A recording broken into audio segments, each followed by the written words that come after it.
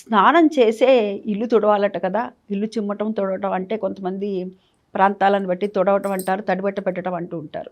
సరే ఇల్లు శుభ్రం చేయటం అనేటటువంటిది మనం స్నానం చేసిన తర్వాత చేయాలట కదా అని అడుగుతున్నారు. అసలు ఎప్పుడూ గూడాను ఎక్కడా విననటువంటి మాట. మనము ఏదైతే మన చుట్టూ పరిసరాలు ఉన్నదో మన ఇంట్లో కానీ, ఇంటి బయట కానీ మొత్తము పరిసరాలను శుభ్రం చేసుకొని, ఆ తర్వాత మనం కూడా చక్కగా స్నానం చేయాలి. స్నానం చేసిన తర్వాత ఈ చీపుర్లు, చాటలు ఇవన్నీ పట్టుకుంటావా అండి? ఒక్కసారి లాజికల్‌గానే ఆలోచించండి. మామూలుగా ఆలోచించండి. అసలు అది ఎవరు చెప్పారో ఏమిటో తెలీదు. చాలామంది అయితే ఈ మధ్య నన్ను అడుగుతున్నారు. ఏవండీ ఎవరో చెప్పారండి. మనం స్నానం చేసిన తర్వాత ఈ పని చేయాలట. ఎందుకంటే లక్ష్మీదేవికి ఆహ్వానిస్తున్నామట అని. ఒక చిన్న మాట అండి. మనం ఎప్పుడైతే ఇల్లు చిమ్ముతామో, తుడుస్తామో ఇవన్నీ చేస్తున్నప్పుడు ఏమైతుంది? మన ఒంటికి కొంత వ్యాయామం ఏమి, కొంత చెమట అనేటటువంటిది బయటకొస్తుంది కదా! ఇప్పుడు స్నానం చేసొస్తాము.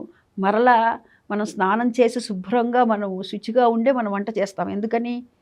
ఈ మలినాలేవైతే ఉన్నాయో ఈ వ్యర్థాలన్నీ బయటికి వెళ్ళిపోతాయి. అందుకు మనం కూడా శుభ్రపడాలి అని చెప్పి ఇటు శాస్త్రం ఏదైతే ఉందో అది, ఇటు విజ్ఞాన శాస్త్రం సైన్స్ చెప్పేది కూడా అదే కదా! కానీ ఇవాళ ఎందుకని అడిగారో ఏమిటో తెలీదు.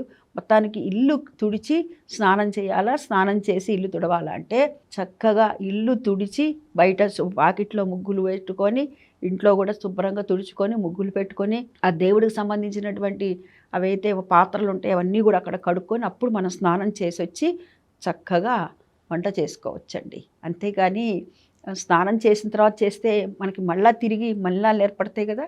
కాబట్టి ఇల్లు, వాకిళ్ళు శుభ్రం చేసుకొనే మనం స్నానం చేయాలి నిరాక్షేపణగా.